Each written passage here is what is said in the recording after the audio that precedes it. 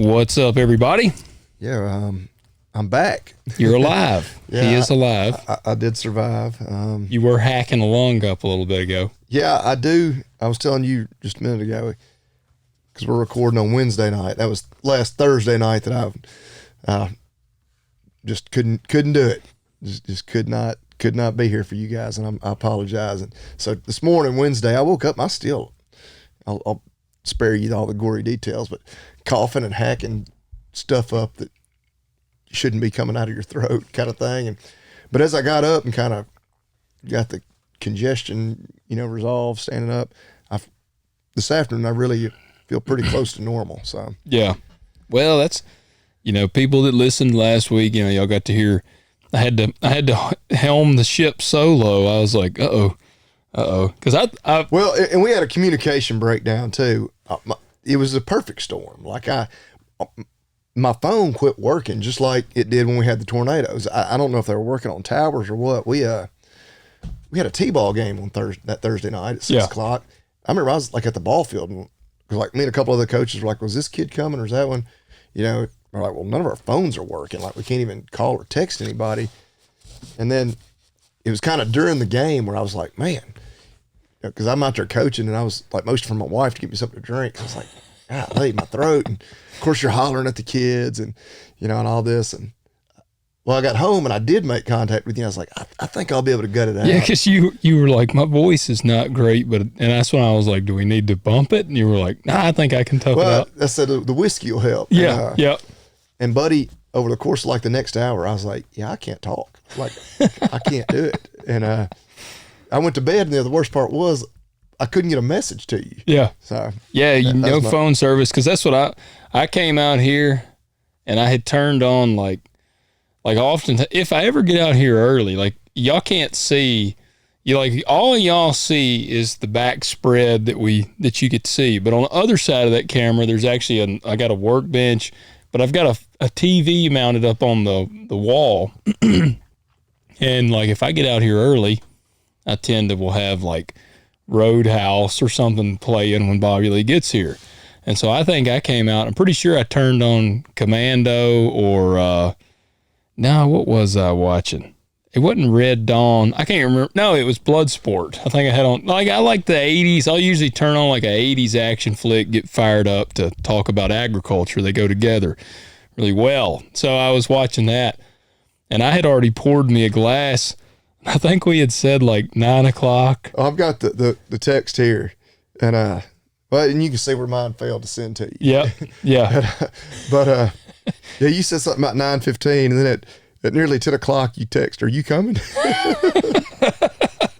And didn't I send again? Did I send you another one? You said, "I'm headed in, LOL, guessing you fell asleep." Yeah. Which I was asleep by then, but I didn't get any of those messages till the next morning. Yeah. I texted Kaylin too, because I was like, because I think it had started raining that night. So I was like, I don't guess he's done drove off in the ditch somewhere. Wasn't it raining or something? I can't remember. It may have, because yeah, it did, because I was off the next day, did some fencing. And for people who also watch my YouTube, you saw me really limp through a YouTube video the next day. Because I was like, all right, I'm just not going to film. And I was like, no.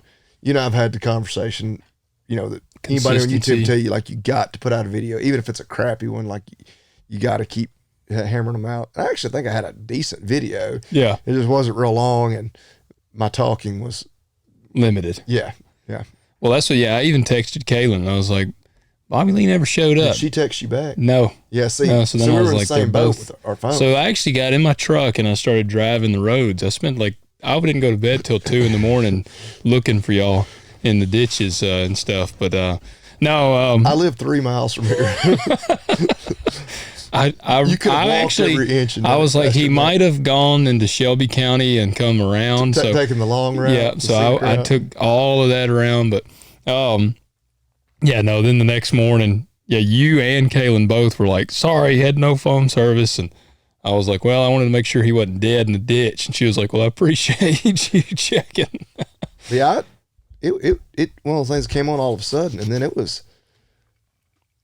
Yeah, but even by Monday when I went back to work, because that was the first time I had to really interact with people like had to. Yeah, it was still Monday and yesterday, I was not myself, and I assume I sound pretty normal now. Yeah. Well, see, I had already poured my whiskey, and I was out here, and like by that point, I sat out here for a while because I kind of got into the movie, and then I had the whiskey, and I was like, hell, and we were already a day late, so I was like, well, at this point, we gotta have. And if we had done it Wednesday night, I'd have been all good. I know. So but you planted corn till late on Wednesday. I did. I finally, and I'll tell you guys about that one. I had to stop planting corn.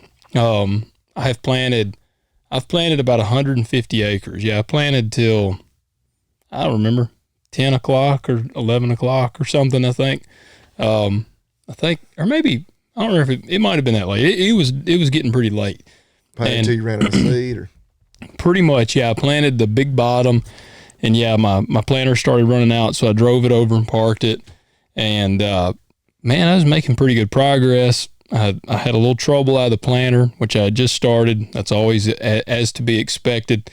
We got all the bugs worked out. Planter's been doing awesome. And so GPS on my tractor has been messing up. So been fighting that a little bit. But I got 150 acres planted. And yesterday, I was actually going to start back. It had rained, stopped us. Well, I went and checked the ground yesterday, and I was like, all right, I think I can start back. It was heavy, but by the time I started and then get into the next day, it'd be good. Well, I'm trading sprayers. My sprayer, for lack of a better term, my sprayer is a piece of shit that I have. And it's just been run ragged, is the way I'd describe it. It's got about 4,000 something hours on it. It's got a lot of hours. It's just been a well-used machine. Yeah. And I'm working enough ground at this point that I have to fight with some equipment. The sprayer isn't one. When you have to go spray, you can't be breaking down. Like, you need a reliable sprayer. And so I'm trading for another 4730 that has 2,000 hours on it. So it's a lot less hours. It's like 5 years. It's the last year of the 4730. So it's a 2013 model. Mine's an 09. So a lot better machine. Well, I was talking to my dealer yesterday. We were working everything out, and he said, what you getting into? And I said, man, he said, come look at the sprayer. And I said, man, I'm actually about to go hop on the planter and start back planting. This was about 3 o'clock in the afternoon. And he goes, oh man, you going to keep planting corn? And I said, yeah. And he goes, man, most guys I've talked to said they're stopping. And I said, because of the rain coming? And he goes, no, because of the cold. And I said, oh, hell, I ain't even looked. I said, all I've been looking at has been rain forecast. And it's going to be 39 degrees. And now I think even 36 on Saturday or Sunday. Well, I had just checked it a little while ago, and I thought they went the other way with it. Well, Dad was saying 36 now. I hope that they've gone the other way. My app, which I use Wonderground, it's saying 42. Let's see. Let's check the differences. Wonderground, my Weather Channel app. Let me make sure it refreshes. It's saying okay. It has bumped up to 42 on the Weather Channel. See, that's good. Yeah, they must get all their temperature and whatnot from the same source, because the temperatures and whatnot, and even the rain percentages are usually identical. It's really just which graphics do you like the best? Yeah, it's always pretty much the same info. But yeah, a lot of rain. Yeah, see, and that's and actually I heard on the radio today. I didn't realize this potential to get nasty again as far as nasty storms. Yeah, well, and see, and I've got, when you plant corn, beans, there's guys that are planting beans. They're still planting, which some of them have stopped because there's the potential to get 4 inches of rain. Like that's what Dad and I were talking about. Now that can mess it. You can be doing a lot of replanting at that. But so you hadn't planted any beans. You stayed all corn. Yeah, and because Circle H, they did some beans, didn't they? Yeah, they've planted. Hell, I don't even probably 100 and something acres of beans, or maybe a little more. They hadn't planted any corn. He had just swapped his planter over, and then I called him because I talked. Well, weren't they giving you hell last year about planting them early beans? Yes, they were. Actually, they have both years, because I did them 2 years in a row, and every time Dad'd be like, "That they just ain't no good. They ain't no good." Did you give him a hard time about it? I don't know that I have. I told Mr. Cookie helping me. I said, For 2 years, all I ever heard was what a terrible idea it was to plant early beans. And I said, and he goes, well, aren't they planting beans right now? And I said, yes, they are. Is he going to help you put in a crop too? And Mr. Cookie? Yeah, he's staying with me. Good deal. He's going to keep rolling with me. And it works really good because I get him to help me move to wherever I need to be to plant. And then he goes and runs the bulldozer and track hose for me. So he's keeping them going. Which today we both just ran. I ran the track hoe. It was funny, man. We had to MacGyver it. The seat on that old dresser dozer, the back of it had broken off. And he was like, I can't run this thing because like it had no back on it. Yeah, you got to build it. Yeah, you were just sitting up on there. And he's also, I mean, he's 4'10", so he was like, I'm having to he said, I can't even reach the dang pedals. And so like we rigged up a metal bracket. And I'm not taking credit for it. I told him, I said, look, you want to jerry rig everything. I said, you just jerry rig your seat. And so he was like, all right. So he did. And it looks pretty good. Like he took a board and I helped him. We drilled holes in it, bolted it to a piece of metal, bolted it to the seat, and then we zip tied the cushion to it. And he used it all day because it was funny. He goes, all right, you going to drive that dozer? And I said, no, I ain't driving the dozer. And he goes, what? And I said, man, look, when you're in the field, it goes down the chain of command. And I said, I am the top of the chain of command, so I will be running the track hoe. You will be running the bulldozer.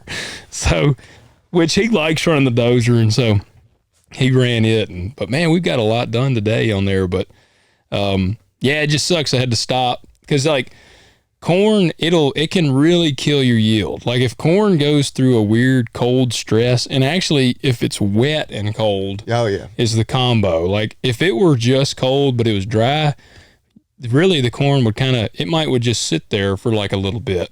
But the fact that it's wet and cold, that's a pretty dangerous combination. So I'm hoping what's already planted, most of them will have my first that I planted, they're probably tomorrow, they'll probably be up. Yeah. I bought some emergence kits and I'm going to map out a row and I'm going to kind of follow the rows throughout the year and try to see the difference in yield from whatever days they came up. Yeah. So, yeah, it's always something. So it shouldn't affect what's already come up. They're hoping not. Like that's... Yeah. And it's not going to get cold until really Friday night. And then really Friday night's 45, Saturday night and Sunday night's 42. The worst part about the fact that it's going to rain a bunch is the field that I have to plant, I have to drive across a field to get to it. And I planted the first field already. Yeah. Because I was planning on planting all of them and being done. I'd have been out of there and it wouldn't have been an issue. But now I've got 80 acres left to plant. And if it's wet for a week, then all of the corn will be up and I'll be having to drive the tractor and the planter across a 50-acre field. So corn is pretty resilient once it's up. So, I mean, it's kind of crazy. You can run over it with a tractor and it'll probably come up. Now, that's not an invitation for idiots to be like, we'll go cut some donuts in the man's field there. The corn will hang in there. You know what's interesting? Like, of all the people I follow on I'll say Instagram, just social media in general, there's a lot of guys like up north that are planting. Yeah. Which I mean, we were in the 80s yesterday, today, and again tomorrow. And then for the rest of the 14-day, we barely break 70. Yeah. So, my buddy Scott and them, they got snow last weekend. Yeah. I think it was last weekend, he said. We were talking. He said it was like 70 or 80. And then the next weekend, he said, and then we got snow. He's in Iowa. Well, I talked to Aaron a little while back. I need to check in and see what their weather's doing. I'm sure they're getting the same. Well, I know Sunny Farms is one of the other YouTube channels I really watch a lot. They're in South Dakota. Video they posted today, they were getting another snowstorm, expecting 2 to 8 inches. Ooh, man, that's terrible. I mean, yeah, it's just, yeah, like, oh man. Well, seeing I did not do I thought about the beans. The biggest thing was for me, honestly, this year I'm going to have about 400 acres of corn. And hell, honestly, I was like, if I did the beans, I would have had to go in, I'd have planted beans, I'd have swapped the planter to corn, and then I'd have swapped the planter back to beans after. And so I would have done a lot of planter swapping. So I'm like, well, by doing it this way, I'm only swapping. I never will have to swap it. I'm not going to be double swapping it, essentially. Like I've got it on corn. We got a question here. I had said I didn't want to do it last week because it's cattle geared. Is it toasty in here to you? Maybe a little on the warm side. I'm gonna bump the air on. Here, I'll let you read this real quick. Yeah, because it is a very cattle thing. I'm gonna turn the air on. Read that to the audience. Yes. There. So, question from Brandon. Which, first off, start us off. Say thank you, Brandon. We appreciate you listening and reaching out to us. Want to know y'all's thoughts on commercial or registered herd on a small farm. I've been blessed that I can run my 20 to 25 head herd with my brothers on his land. I've recently bought 60 acres. That is awesome. And I'm in the process of clearing it for pasture now. You think there's more money selling registered bulls or open/bred heifers since I don't have enough land to run over the 25 to 30 head? We run a Brangus and a Brangus Hereford cross herd. We have registered bulls, but debating on getting some registered cows or embryo transfer in the registered business. He is close to Tuscaloosa, Alabama, but his saving grace is he cannot stand the University of Alabama. He says War Eagle, which, hey, I can't. Hey, we can agree that we do. Bama can go to hell. Like, we can agree on that. But yeah, we appreciate you listening. Appreciate the question. I was actually having a very similar conversation with somebody, or not similar, but just talking about the registered thing. I would say no on the registered thing. What I found, because we messed around with some registered Herefords for a little while, and then I kind of rolled that into, I was just crossing them with a Brahma bull. Then I was like, well, I'm going to raise these, certified F1 Brayfords, which that was cool and all, except it's tough in the registered world as a small registered operation. So what you could do, say you've got 25 mama cows, and so you're going to have, things go perfectly well, you'll have between 20 and 25 calves a year. But, like keeping bulls around to sell them, it's say one of your local, Alabama Angus Association sale, because you aren't going to have enough to host your own sale, but yeah, you can enter one of those groups and sell with them. Like we have West Tennessee Angus Association. They had a sale a couple weeks ago. Actually, the guy I was talking to sold some there. But when you've got that few ahead, in that small of a tract of ground to start out with, you have to keep those bulls, like typically at 18 months is the earliest you'll be able to run them through a sale. So you're keeping, that means you've got, say you sell all the heifers, you have 10 bulls, 10 heifers this year. Well, then you keep those 10 bulls back. Well, then you're going to need even more ground, I guess is what I'm trying to get at. Yeah. I'm not articulating it very well, because you got to you have to keep them so long. And those guys, I really don't see how they're making that much money in it, which I don't know. I'm about to. Yeah, because what weight are you selling the bulls at? So they're going to be about 18 months old. So it depends on how hard you pushed them. Because some of these guys will really push them, which can be looked at as a negative. Because if you're selling them to commercial outfits like me, which most, it just depends. But a lot of, especially smaller registered guys, that's what they're doing. I don't want a bull that needs to be fed, a really hot ration or just on feed year round. Okay, so meaning like if they've really pumped them up and then you get them and they're like that, they're going to drop a shit ton of weight. Yeah, that's what we call it. They just melt whenever you put them out there. And I turn him out, and he's just on grass pasture with my cows until he's having a breed. So if there was a bull, one of these bulls out of this pasture out here, he would be like the Terminator if you sent him to one. Well, that is a good way of looking at it. and a lot of people really do look at it that way. Like, and even when you're selling feeder calves, like really thin, what they'll call green feeder calves are worth a lot more per pound than really butterball fat calves. Wow. Because those real thin ones that are hard, they're going to just explode when they get on feed. Or if you just put them out on grass, they'll really do well. Yeah. Or if you've got calves that have been fed a ton of creek feed and just really had the feed, poured to them, you're not going to get as easy a gains on those. Yeah. These out here gain like 1,000 pounds. Well, yeah, there is something to be said for that. And a lot of guys that buy like stocker calves like we do, they want to buy that calf that's kind of come out of a situation where he hadn't had everything he needed. So if some dude pulled up in here, he'd be like, this has got to be the best herd I've ever seen. Well, I don't know about He'd be like, you look at the bones sticking out on these cows. And Logan's referring to our dad's herd because they don't. I mean, I always tell them that they have a tough herd because they survive. And they feed them good quality hay, but it's hay and some protein lick tubs. Yeah. That's it. Like they get feed when we're trying to catch them, and that's it. Yeah. It's very little. But what is that? See, but I've always heard the old saying, you never seen a rich man with skinny cattle. Yeah. And that's, when it comes to getting your cows bred back, that's true, because if your cows aren't in good body condition, coming out of calving and they got a calf, nursing, they won't get bred back and you're going to be in trouble. But yeah, what I would tell them with that.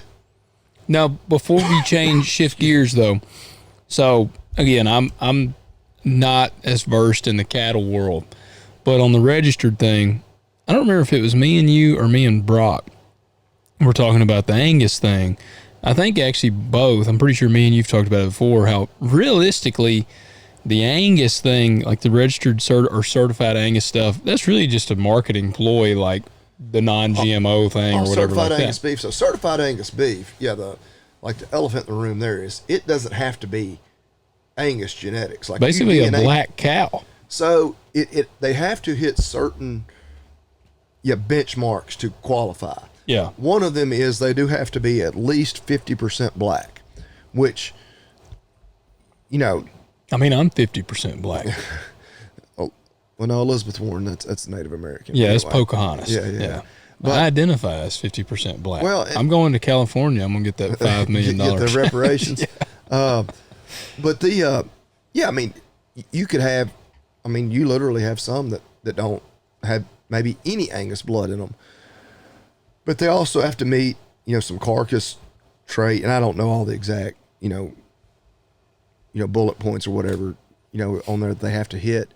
But and it is, if they hit all those parameters, they're a good quality product, whether they have any Angus DNA in them or not. But yeah, it has kind of convinced everything that you need black-haired animals, because black-haired, you can have a truckload of red steers and a truckload of black steers that are identical. Everything else is identical except hair color. The black ones are going to bring a little more money. Yeah. Yeah. Well, I wasn't trying to hijack. What else? What was the other that he asked on I would, with that, if you're going to be that small of an operation, I think it's really hard to get a foothold as a registered guy. Now, if you're in it for the long haul, and you can slowly develop a name for yourself, and I'm only selling a few bulls a year, but even still, I don't know what a good, registered private treaty bull sells for, but because cattle are high right now. That's what, we used to pay, I remember paying $2,000 a head for a bull. Well, good Lord, those bulls will bring that across the scales. Yeah. Or more today. In the current market now, again, I'm kind of comparing apples to oranges because I'm talking about several years ago.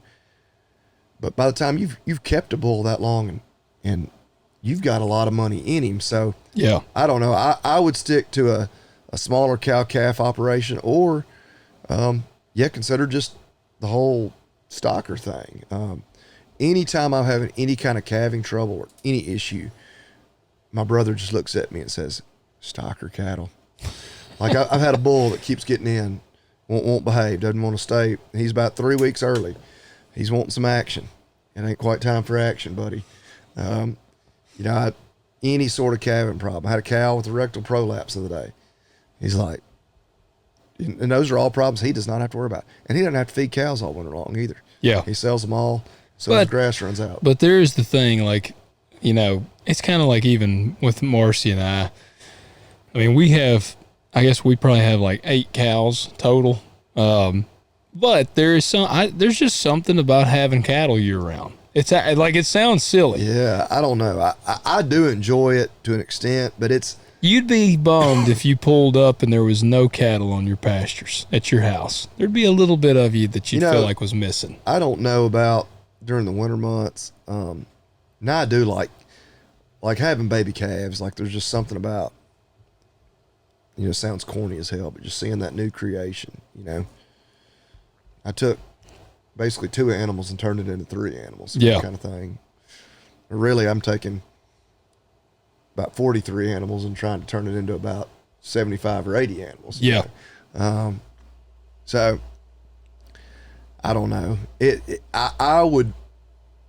I've had a negative experience in the register world.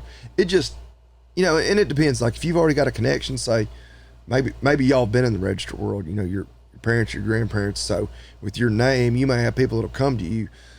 And if you're able to sell pretty much all your calf crop, as registered animals for replacement breeding animals somewhere else, and get that extra premium, you could make it pencil out. But it's the same way if you're registered and you're keeping back all your heifers to sell them as bred.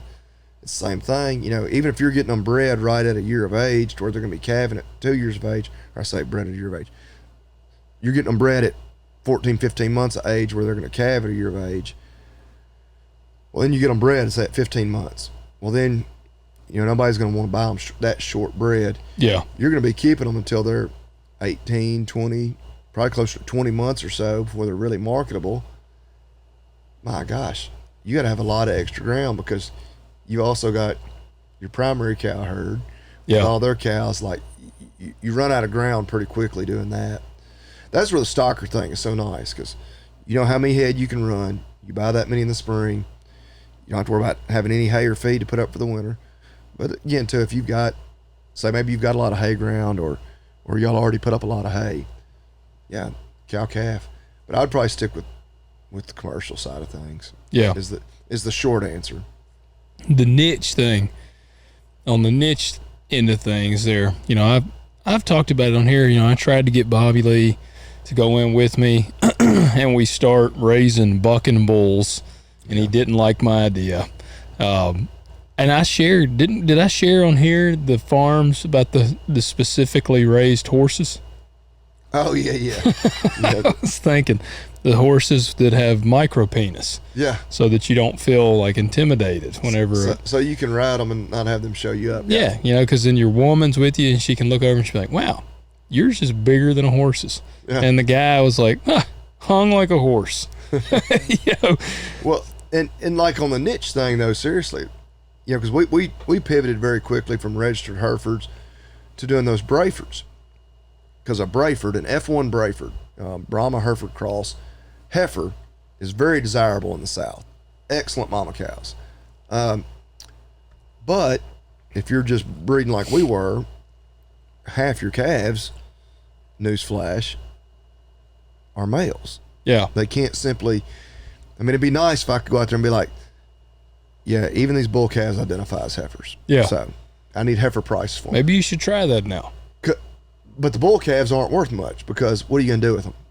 Okay, some people will use a Braford bull, but that's going to be a very, very small market. So you need to sell those, just as feeder calves. Well, like we just said, they need to be black when you sell them. And these calves aren't black. They're usually tiger striped, which is even more exotic and is even more, off the wall. You take a absolute beating if you run those calves just through a regular auction. So that was what the extra money I'd get from my heifers was kind of a wash, because you'd take such a beating. Like, gosh, I'd be better off just raising all black calves and, getting maybe not quite as much from my heifers, but getting a whole lot more from my bull calves. What are the chances of you just putting a little paint on them? Right. Well, but then the thing, they've got a whole lot of ear. They got that big old long Brahma ear, or 50% Brahma. In all seriousness. And then people told me, were like, well, you feed some out, just feed out your bull calves. Well, okay, and I do that. Yeah. But I can't feed out, I've got 40 mama cows roughly. If we have 100% calf crop, I've got 20 bull calves.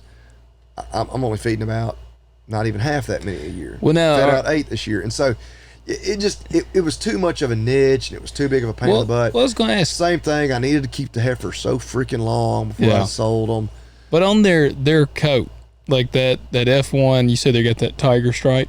Most of them are brindle. Yeah. Is that all right? Now this would be, look, you'd have to be able to have the time to do this, but I'm just brainstorming because I like the thought. I know where you're gonna go. I like the thought of doing something a little different, but like selling the hides and tanning the hides, like because wouldn't those be desirable hides? Oh yeah, I bet. Like if you can get $750 for a hide. I don't know how much. I bet you've got a lot of overheading getting it to a hide that is ready to sell. You would have to. It's a process. I looked into it. I did have to. I had my red hide from my bull that I had processed. I had to throw it away because we only had this one deep freeze, and the hide takes up a significant amount of room. Like it was a lot of room. Well, I had took it out of the freezer. And I had it outside while I was waiting, and we did get another deep freeze, but it was too long, and the odor had began on the hide. So I was going to try to do it exactly myself. What happened to me. And so now, I don't have the time and all to be doing but that. But if a guy was into that kind of like... Oh, if you already had that skill, maybe you were a taxidermist or something as well. Hey, YouTube is your friend on it. Yeah, it just, like me, the cattle are already my side hustle, and I can't. At some point, there's not enough hours in the day. I'm imagining a guy that has like 10. He has like 10 of them, and he's got a good job. Like maybe they'll throw this. Maybe he's a teacher, like he's a school teacher, and he's got 10 cattle, and so he grows them up, feeds them out, whatever. He feeds them out when he has them processed, keeps the hide. If he gets out of school at 3 o'clock, 3:30, comes home, spends a couple hours working on them, salting the hides, fleshing them out and all that, because it's an aging process in there. Man, on top of what he would get for selling the meat, yeah, I mean, heck, and some of those hides, if you do them well, they were like $1,000. Oh, and some of those, and one thing I did like about breeding that breed, you never knew what that calf was going to come out looking like. Like the exact color combination, would they be red with brindle or more of a chocolate brindle? See, I like that. Yeah. Oh man, and some of them really don't have the brindle so much and the stripes. It was like, I mean, it really was art. You know? Yeah. I mean, you see, especially around here. I mean, I see Herefords. I see, you see the reds, the blacks and white. Like you see the pretty standards. Yeah. So I've got some calves out of my last bull, and he was actually not even a full Brahma. He was 3/4 Brahma, 1/4 Angus. That and I'll probably try to keep most of those heifers unless somebody just really wants them bad. Because they are neat and they make really good mamas. But yeah, the niche thing, you can get too much of a niche too, I guess. So that was my issue there. The bull calves weren't really worth much. So. Well, I was going to ask you about this. I don't remember if we ever got the chance to talk about this. We might have. The thing I sent you in the podcast of the guy talking about why he thinks it's kind of goofy that they have Angus in the South where it's so hot, and he said you'll see the cattle. Yeah, and we do. Like there are, like, I mean, Angus is still very predominant, but you'll see like most, especially commercial cow-calf guys, aren't primarily black around here. Like my herd, I'd say, is pretty representative of what you see around here, and I've got all different color cows. I've got some black cows, but they're not straight Angus either. And I'm running Brangus bulls, so they're solid black. Yeah. But they've got that Brahma influence in them, and so that makes them very heat tolerant. Yeah, he was right. Well, you see this niche thing, and I'm apologize if we got any listeners out there that have Longhorns, but and Longhorns are fine. I mean, they are a beef breed, but it's another one, like at a sale barn, they aren't worth, the fuel you use to haul them in. Yeah, and you said it's just because of is it because, Well, I mean, like the logistics of dealing with the well, horns? the horns are a pain in the butt to deal with. Like no feed yard wants to deal with horned cattle. Period. Even little horns. Yeah. Two, they're as far as the actual quality of the beef. You know, most people are going to say, yeah, it's not what you're looking for. It's not. It's not going to be real marbled like an Angus. Now they're tough cows. You know, kind of a lot of the same things you say about the Brahman, heat tolerant. But there's an extreme niche there. You see these people that are breeding them for like these super mega horns. Like Have you seen the? Well, I know you've seen the ones going towards Rosemark. Yeah, man, those are long. But the niche there is like you need to be selling those to people that like want the skull. Have like, well, maybe they're going to do something like that with it, or they have like 4 acres. You know that they live, you know, out kind of in that general area, but they got one of these developments where they're building these huge ass houses, but giving them 4 or 5 acres. They just want a cool looking. Yeah, and they're like, well, yeah, we want to have some cows. What would be cooler? And hey, they do look cool. Like I'll admit. Oh, I love, man. I'm a sucker for the. That's what I say. Like I'm a sucker for the cool stuff. Yeah. Like I would love to. Yeah, like if I had a cattle herd and I was just like, I just want them to look at. I want it for coolness, like all that. I would have some exotic looks, and I'd have some not antlers. I'd have some crazy horns on them. Oh yeah, I mean, like if I used to be so sad when we'd burn the horns off. Moved to West Tennessee or wherever, somewhere in rural America, said, all right, this is where I'm going to set up and retire. And he wanted to have some cows out there beside his house. They'd be something like, yeah, I mean, why not? Because he ain't trying to make no money at it, kind of thing. Yeah, yeah, just because they look neat. Yeah. Well, that was the thing, because the dude was talking about he was actually talking about how they had marketed it so strongly to make everybody the think. Angus Association, the thing they do even better than making good beef is they market. They're marketing geniuses, and they've convinced everybody it has to be black.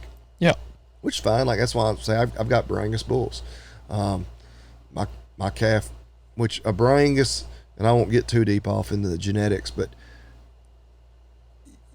black is the dominant trait in cattle. But you can be homozygous black or heterozygous black. And so when they're heterozygous black, you'll still get a colored calf every now and then. Like I've got my current calf crop. Yeah, we don't want no homos now. They're almost entirely, well, but homozygous black would give you all black calves. So you do want the homos. Well, right. So an Angus bull, like you're gonna get all black calves. Yeah. So you want all the homos. But I'm trying to even think. I'd have to do a head count, but I have very few red calves, but I've got just a random red calf here or there. Yeah. Very few heteros. Right. Bobby Lee has quite a few homos.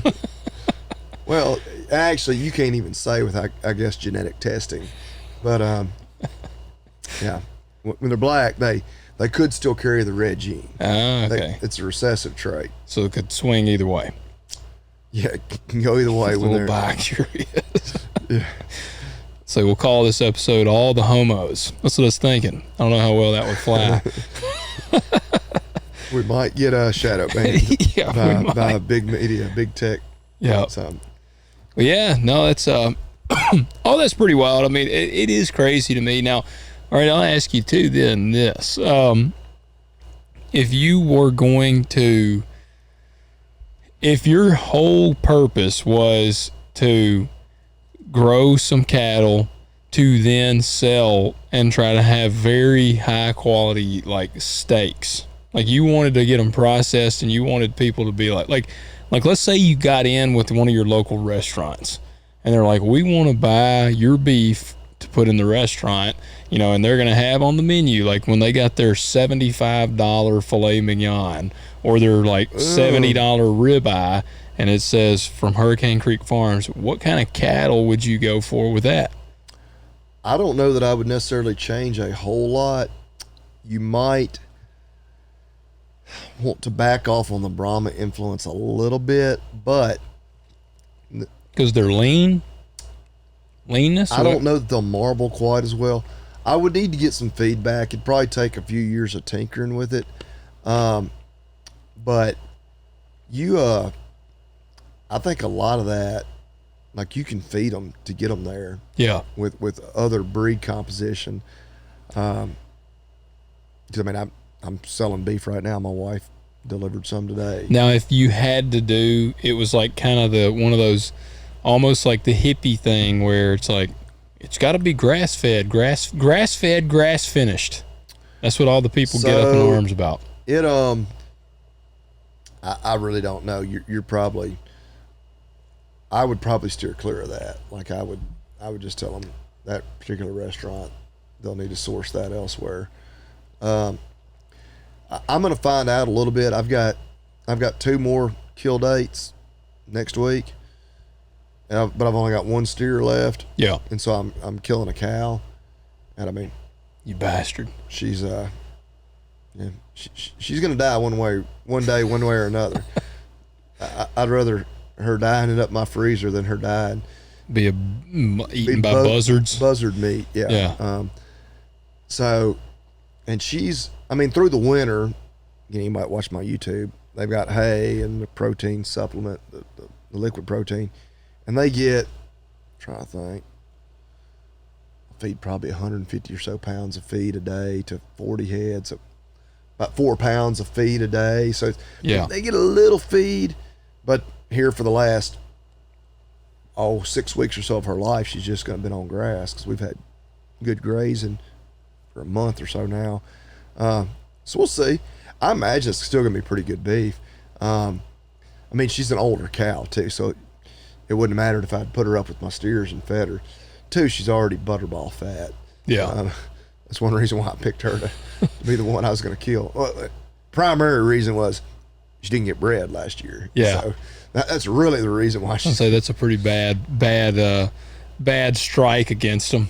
Yeah, I mean, she's one, like, I don't know what her deal is. She actually tested bred when I bought the herd from my neighbor. And so she must have been bred, but then something happened to it, early on in the pregnancy. But then the bulls were back. Yeah. She's had like 2 chances to do her thing and hadn't. So that's like my. but I'm not selling any of her meat. I may offer. I hadn't really, put it out there. But if somebody wants to buy half of her, because I don't need to keep the whole cow, 'cause she's big. Yeah. I'll sell her considerably cheaper than what I sell my fed steers for. Well, that's like the mama cow. Well, the cow that I've got out here, it was actually my very first bottle calf. We named her Loretta. She didn't get bred for 2 years, and then she had pink eye, so she lost an eye. She's blind in one eye. She didn't get bred for 2 years. She got bred, she had the calf, and she never made any milk. And so that's all genetic, because that's, she was a bottle calf because her mom was the same way. But her mom made milk, though. No, her mom was just a crappy mother. Because that's what Dad and I were talking about. Dad said her mom always had a huge milk bag, but she would not let her nurse. Like, she was just and I think that mother, again, speaking to the cattle operation around, like, I think 2 more of my bottle calves also came off of that same mother. Yeah, wow. Because she remained out there. And so, yeah. Did they not catch her? I don't think there was ever an attempt to catch her. Okay. But yeah, she just kept spitting them out and wouldn't let them nurse. And so, I mean, every time she'd have like a massive bag of milk and she just wouldn't let them nurse. So they became bottle calves. But I told my wife, I was like, we got to get rid of Loretta. I said, she's not doing anything. Like, she's not producing. And my wife was like, you cannot get rid of Loretta. She was like, she was our first bottle calf. And Loretta has like apparently learned this fact, and she knows what she's got to do because, dude, you can drive out in the pasture, and if you spot her with her little ear tag, even though she's been in the pasture now for years, Marcy will ride out there in the side-by-side. Marcy can get out of the side-by-side, and she can be like, hey, Loretta. She'll start talking to her, and she'll come over there and let her pet her. So Loretta's like, as long as I keep doing this, my ass will die in this field. Like, I will die happy. And see, that's the way I look at it is Loretta's going to die. Like that, there's few certainties in life, but that is one of them. Yeah. Well, it won't be at the hands of a processor. Well, I wouldn't do that necessarily because I'd have a hard time maybe eating her myself. But cull cows have never been worth more. I sold some last week. I say never. It's been a long time. Yeah. So she can die, and you can put about $1,000 in your pocket, or she can die and you can watch the buzzards eat her. I think someone could offer me $5,000 for her, and Marcy wouldn't take it. Marcy loves her. Like, I could get rid of really any other of our cows except for Loretta. Like, That's why you don't ever name them. People always tell you that, like, don't name them. It never bothered me. I've named every one of them. Like, when I took Curly and had him killed, I was like, see you later, Curly, and like slapped him on the head. And we'll be eating moose. You know, you fed out my bull moose. Yeah. We'll eat sometimes, and I'll be like, kids, y'all are eating moose tonight. And they're like, this ain't moose. This is a cow. And I'm like, I know, but this was the bull moose.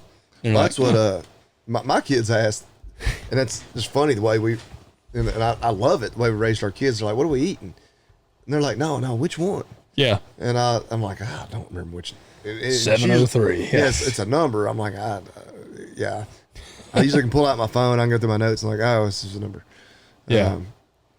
Actually, the one we're eating right now, he was a Jersey Brahma cross.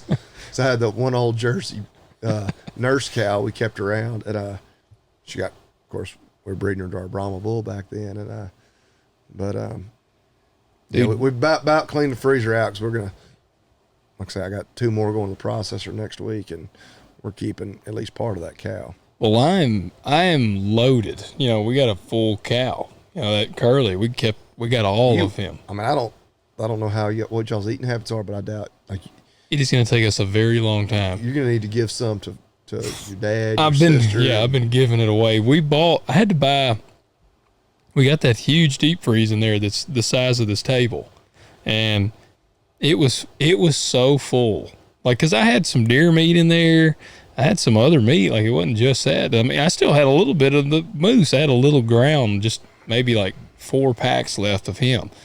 But, cause man, it's funny. If you look online, it'll say it'll keep in the freezer for like 6 months. No, it'll keep a lot longer than that. But oh Lord, yeah, it'll keep. Like I'm eating one that literally this is the time of year I kill, and we're still not done with the one I had killed last year. Oh yeah. We ate T-bones last night. They were great. I've eaten some ground that was in the freezer for 2 years. Yeah. Like but this it was like level. I actually even had to stuff some in the other fridge, like in the freezers of our refrigerators. So I was gonna say too, man, I was actually really surprised at how, to me, they were cheap. The deep freezes, you can get a deep freeze pretty cheap. Like I like the chest style. I don't like the upright as much because you can really pack them in the chest. And so I went and bought, I don't know, it's a smaller deep freeze. It's like, I don't even remember the dimensions. It's probably about half the size of my big one. And I put all the ground in it. I was like, this will be our ground meat and the rest will be our steaks and everything in the big one. And it's full. It is completely full. I bet you we have 300 pounds of ground meat. What was his carcass weight? Oh crap, I can't remember. It was like around 12. Well, full weight was 1,200. He probably had 750 pounds or so carcass. If he's typical, you can figure about a 65%. So about 780. Yeah. And then you get about 65% of that actual meat would be about 500 pounds of meat. And so, yeah, you'd have had, depending on if you kept all your roast or if you had a lot of that ground up. I kept some of the roast, kept the rump and the shoulder and the chuck. You're generally, and I'd have to look at my exact figures, you can figure on about half of it's going to be ground anyway. Yeah. And then, yeah, if you have your rounds and your roast ground up, then obviously you don't just a whole lot more ground meat. Yeah. Well, then I was pretty close because we got a little bit of older meat left. So yeah, I said probably about 300 pounds. So that's pretty darn close. Well, before we wrap up, I gotta tell you something wild I saw. So I'm on some hunting forums and stuff, or not hunting, farming forums online here. Man, All right. We've talked about Iowa and how wild their farm prices have been. Yeah. So Illinois, I just saw this. This was actually on the 18th, so this was yesterday. They had a farmland auction. It was 147 acres. They offered it in 3 different tracts. And listen to these prices. So the first tract, number 1, and I want to add, I had seen in the comments where some people said farmers bought these. I don't know if the same farmer bought all of them or what. Tract number 1 was 40 acres. Tract number 2 was 79 acres. Tract number 3 was 29 acres. The tract number 40 sold for $22,700 an acre. Yeah. The cheapest one, the other 2 actually both sold for $20,100 an acre. So the average price totaled out was $20,803 an acre. Damn. Assume it was all tillable. Yeah, I'm assuming. I actually figured up the one that was 70. I said 72 acres. Like, I didn't realize it was 78 or 79 at the time. Their note, if they financed it for 30 years at, you're talking right now 7% interest, probably more on a 30-year term, your annual note would be about $1,600 an acre. And I don't know how in the world farmers can buy that. Like it, yeah, I don't either. Did we discuss? I think I may have told you about the. I forget the name of the podcast series about the guy out in Washington State that swindled Tyson out of like $240 million. Yeah. Well, did you ever listen to it? No, I have not yet. The part that'll probably interest you more than anything is at the end, they had to sell off. I can't remember how many acres it was. No, I'll make a note to listen to it. I did put it. It on was my an list. enormous chunk of ground, but of course they're out there. They're basically in like the high desert in eastern Washington. But all of this was like super prime ground right on the Columbia River. It had, I think they called it primary water rights, and so they could irrigate no matter what. Because like a lot of people out there, like some years they'll tell you, even though you got irrigation, and I think pretty much all crop ground out there has to be irrigated. Yeah. Like you can't have the water. Like you can't irrigate your crop. So basically you can't farm that year. Yeah. But it came with primary irrigation rights. It was such a big tract of ground, and they decided, because they interviewed like the auction company, because a lot of the local farmers wanted them to break it into smaller tracts. Yeah, what was it, like 20,000 acres? Yeah, it was something just insane. I think that was about right, because I believe it sold for $220 million. Yeah. And if it was 20,000 acres, yeah, it comes out to right about $10,000 an acre. So that was about right. Yeah. I was just insane, like enormous farming operation. But the huge bidders on that ground, oh gosh, I'm drawing a blank here. The group that bought it was actually the Church of Jesus Christ. Oh of Latter-day yeah, you Saints. did tell me that. Yeah. The Mormon church Mormons bought it. Like, and they are apparently like massive landowners, like the church itself. Well, didn't you say that was like a part of their faith to buy land? Yeah, it's part of what they believe, is their mission. They're like, they own like an enormous chunk of the state of Florida. Like what? Like, yeah. But it was like groups like that. Like it wasn't Farmer John, from across the road that was bidding on it. Yeah. And it was like investment groups like Bill Gates' group. I don't know if he was specifically bidding on it, but I know they mentioned him. You said how much? 220 million? I want to because he owed I think what he owed Tyson was like $240 million. So even when they forced him to sell that, he still couldn't quite pay them off. Yeah. But it is a pretty neat story. I think it's like 6 episodes. They're all about 30 minutes apiece. So it's not that long in the grand scheme of things. And again, they're broken up into individual episodes. So it's a good listen. Very entertaining. Oh, I'm going to, yeah. But he lost pretty much. There's more to the story because he lost it all like trying to play the cattle futures. And like somebody pointed out, I think it was actually like an economics professor at some university, ag econ. He's like, it's hard to like be right all the time, but it's equally as hard to be wrong all the time. Like if you could be wrong all the time, you could just be right all the, you just go the opposite way. And he's like, my students, like pretty much they're 50-50 on their trades. I mean, it's just the way it is. So it's all like, I don't think there's some deeper conspiracy necessarily that he was trying to lose all this money, because that wouldn't make any sense. But it's like, was he that bad at playing the futures? Well, how many acres was it? Was it all tillable? Oh man, I'd have to go back and listen to it. It's still pretty wild. It came out to right around $10,000 an acre. Well, that's what I just got to figuring here. It's still pretty crazy. Like your monthly note, if you finance $220 million, let's say you did a 30-year but see, mortgage. These were all groups that were bidding on it that they probably weren't financing. They probably had crazy cash, and they're not having to cash flow it. Well, I was just saying, let's imagine a farmer was like, I'm gonna throw my hat in the ring and try it. His per acre cost is it's about $880 an acre. I mean, that doesn't sound crazy now after hearing that they're paying nearly $1,600 an acre in Illinois, but that's still wild. I mean, like if you had a great, especially in a year, if they told you, which they do grow some high value crops out there, and then they grow just some corn and stuff like that too, because they feed their cattle, but they grow some, some higher value crops too. Well, like I'm trying to think, even let's say you made 75 bushel beans to the acre, at the price right now, $1,350. So that's $1,012 an acre.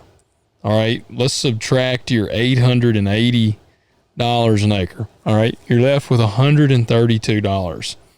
Okay, now you still got to have, all right, you got to irrigate, you got your inputs, your seed, your fertilizer. Your seeds. Like you can say safely minus $300, so you're negative $167 in the hole on that. And that's not including you paying yourself for any time. Now, I mean, there is something to be said for the fact that you own 20,000 acres. Like, you have like but the average person's not going to own it very long because it's going to get taken away from them. Yeah. Yeah. Because that's per acre. That's per acre. Actually, so let me see here. So your total loss, and again, I'm just figuring, I know it probably wasn't 20,000. So yearly you would lose 3.35 million.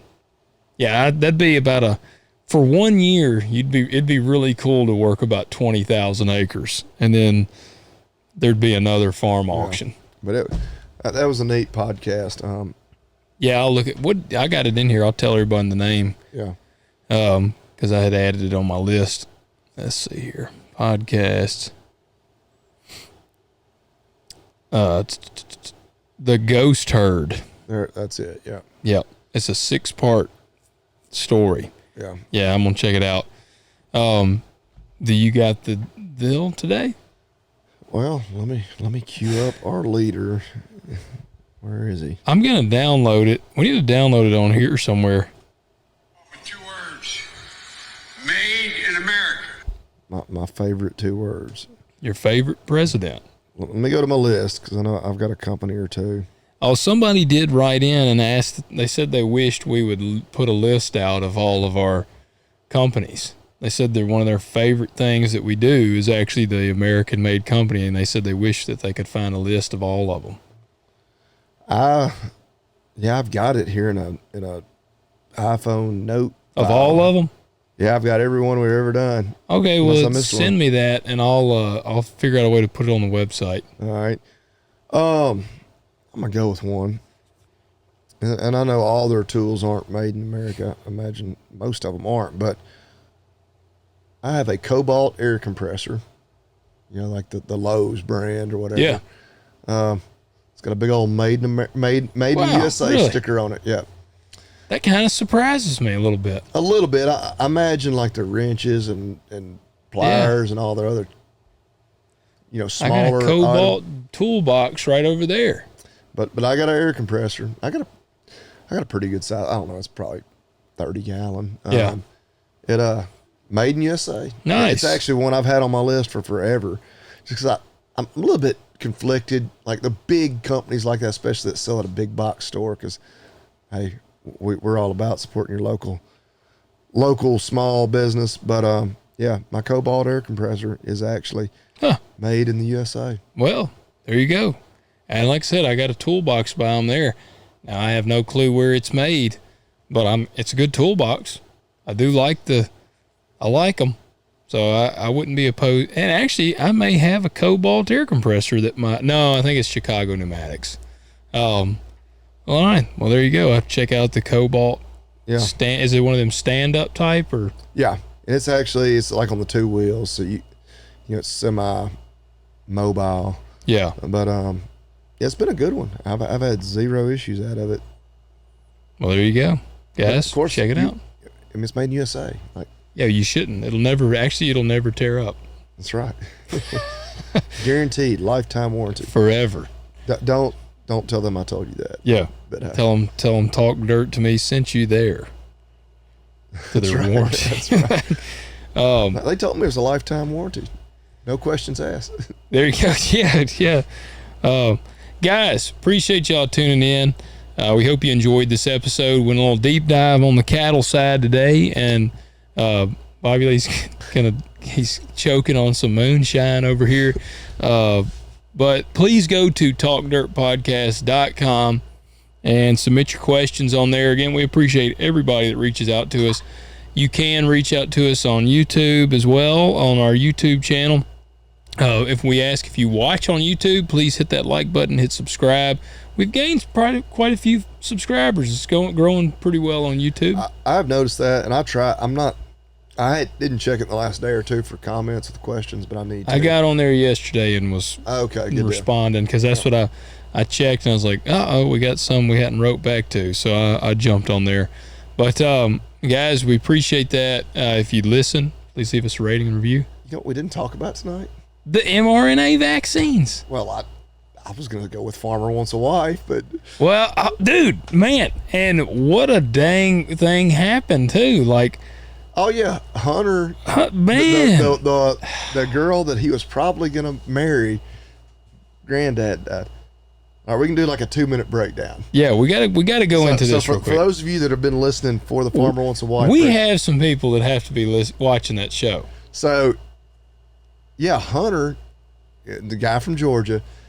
Megan, the girl who, I mean, they're setting it up, which part of me wonders, like, how much of this they're like, oh, we got to include all that stuff to make it really look like he was going to pick her. But you kind of almost wonder if it was that certain, like, is she going to get to come back on, like, after the funeral? Because her granddad died. Because, with the other guys, not a lot happened. No. I guess Ryan did send one home. Yeah, it was dude, Ryan, as smooth as that guy is, his home sending was terrible. Yeah. He was like, yeah, you're real emotional. You're sensitive. You cry all the time. Yeah, you suck, Yeah. Marcy and I watched, she was like, that was the worst send home I've ever seen. Yeah. He seems like he and Hunter both seem like they had it pretty well narrowed down to who they were probably going to pick. He's going with the Sarah H. Yeah. That's the one his mama liked. Yeah. She got nice honkers. Yeah, I was about to say, she might be the most attractive one. Yeah. Not that that's the only thing that matters, but it does matter. Only about 98% of it. Alan, I think everybody knows Cassidy's a stage 5 clinger, so it can't be her. Landon, I still... That dude is not good. I'm just going to be honest, man. That guy is just... He didn't send anybody home. Well, I'm glad the women are like... Getting like, voicing their... Like, dude, you got to send somebody... Like, at first they were all like, oh, okay, good, we're all safe. And then they realized, like, well, if we're all safe, that means, like... Yeah, nobody's any closer. Yeah, this was pointless. Yeah. I don't know, like, especially the one chick is basically like, shit or get off the pot, all right? She's like, you can't keep every one of us. Because every week he's like, I just think I'm going to keep y'all again, Alan, Dude, I got to say, Alan really stepped up to the plate for me because the first episode I was like, man, this guy, he's got to open up. You know, he wasn't really coming out of his shell with the ladies. Now, he has been the one, hell, I've told Marcy, I'm like, hell, Alan's been the one grabbing the bull by the horns. Like, he's like, you know, if the chick ain't right for him, he's like, adios. Oh, yeah. You know, which he's been married and divorced. So yeah, he ain't playing games. Well, he's got experience with having to cut one loose, you know. Yeah. And it's now he is, which it's such a weird setup. Like it's not, couldn't be further from real life. Oh, it's got to be awkward. Yeah. And I don't know like what they're contractually obligated to do. Like after the show, like do you have to marry them or like? I don't think so. Yeah, but I mean, yeah, it's just like, yeah, I don't know. It to me, it would be a terrible way. Like you might get lucky, and the good Lord might put the one for you on the show. You know? I guess that's, if you're a person of faith, that's what you got to go into it believing or hoping anyway.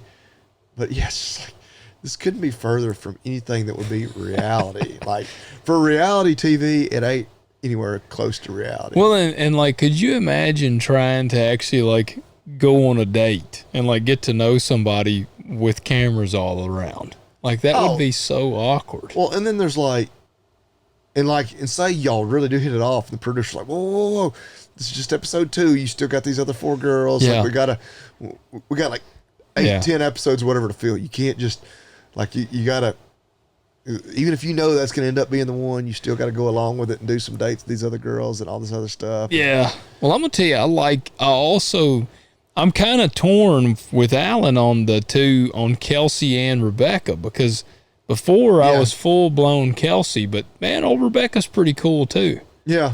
So I don't know, but then with Hunter, Megan I think was the obvious front runner, but I feel bad for that tall chick. What's her name, Devon or something? Yeah, that's the one I think. Just as far as she's a sweet chick. Yeah, she's good looking. Yeah. Like I told Marcy, I said, because Marcy's and like whoever, let's say Megan doesn't come back, and like it just they say no, you left, you can't.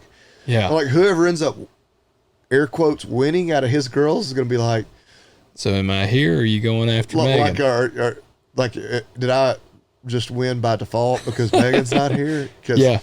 I think all of them feel that way. Which maybe none of them realize how like much he hit it off, which I do wonder, because of course they can edit the show, like how much they really made, like, because she met his family. Yeah. How much they really played that up to like, she's going to be the one, because they knew that, well, of course, after the fact when they were doing the editing, that she was gone at that point.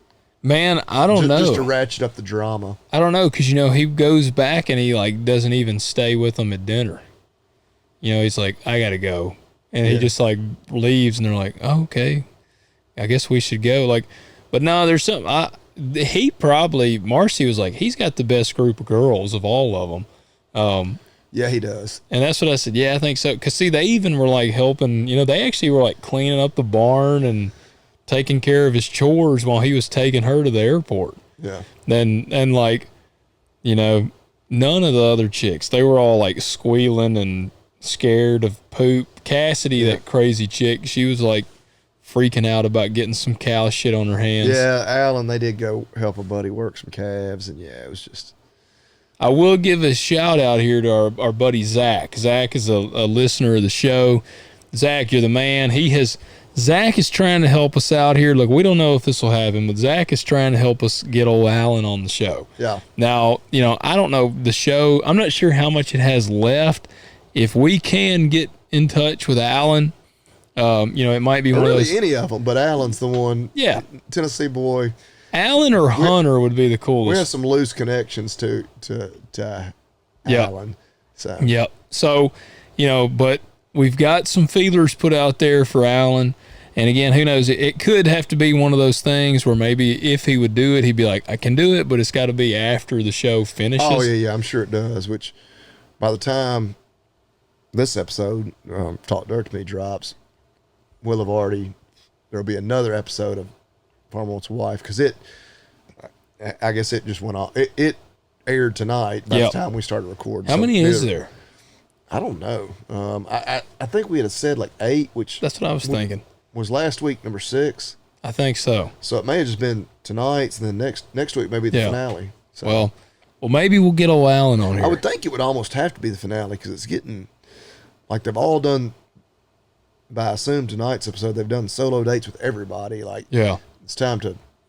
Alan's the only one down to 3 girls though, ain't he? Right. Yes. The other guys are just. The producers are like, pump the brakes, bro. Pump the brakes. We need you to keep. Yeah. They're like, you cannot send Cassidy home yet. You have to wait. Which Alan, he was the one that on the very first night, one of the 5 that he picked turned him down because that's how Cassidy. Yes. She ended up being like his 6th or whatever, but got to go on the first solo date. And she's been a psycho ever since. Yeah. Yeah. Yeah, I forgot that chick turned him down. I thought that was pretty idiotic. Like, you agreed to do the show. I mean, you might as well at least go to the farm and just get your 15 minutes of fame. Yeah. Yeah. So, well, there you go, guys. And next week I'm going to make a note here because we didn't get into the mRNA vaccine. And Bobby Lee pissed off a lot of people, made people mad. He's a vaxxer now. He's Fauci's best friend. And so... Fauci will be a guest on next week's episode. Yes, Fauci and Alan will both be on together. Most likely. Yeah. We can't promise. But. Yeah, Fauci is actually going to go on Farmer Wants a Wife next season. Yeah. He's married. Fauci Wants a Wife is the new show. It's like The Bachelor, but with Fauci. Yeah. But we didn't get to talk about that. I made a note here so we can get Bobby Lee fired up about that next week. And guys, watch Farmer Wants a Wife. I know it sounds gay, and it probably is a little gay, but it's a pretty darn entertaining show. Like, I'm not even ashamed to admit it. I am perfectly content with my sexuality to admit that this is a good show. Oh. It's an entertaining show. I was about to say I am, but we are both about to go crawl in bed with the hot chick. So, that's right. So we are totally comfortable in our sexuality. I mean, at least the show it's just a few dudes and a whole lot of chicks. Yeah. I mean, the other way around, if it was like farm wife wants a husband or I don't know. I shouldn't say that. That was very sexist to me. Could be farmer wants a husband because women can be farmers too. Women are farmers. Yeah. Yeah. And actually, I fully expect Fox will do that next season to not be labeled as sexist. But they've had like 12 seasons of Farmer Wants a Wife. Wow, so that is awfully sexist of them to assume that a farmer always has to be. What's going to happen? They're going to have a gay farmer. Yeah. Sweet Potato. You remember talking about Sweet Potato? Yeah. Sweet Potato is going to be looking for a husband. Yeah. Damn, it'll be farmer wants a husband, and it'll be like 2 chicks and 2 dudes. Yes. And they're all looking for a dude. Yeah. Oh gosh. Yeah, that would be awful. You heard it here first. You did. Remember that, guys. That'll be the one that'll be when we quit talking about Farmer Wants a Wife when it gets to that point. I don't think I'll hang around for that season. Yeah, I don't know, man. You gotta be open-minded. Oh God. All right, guys, take care. We'll catch you next week.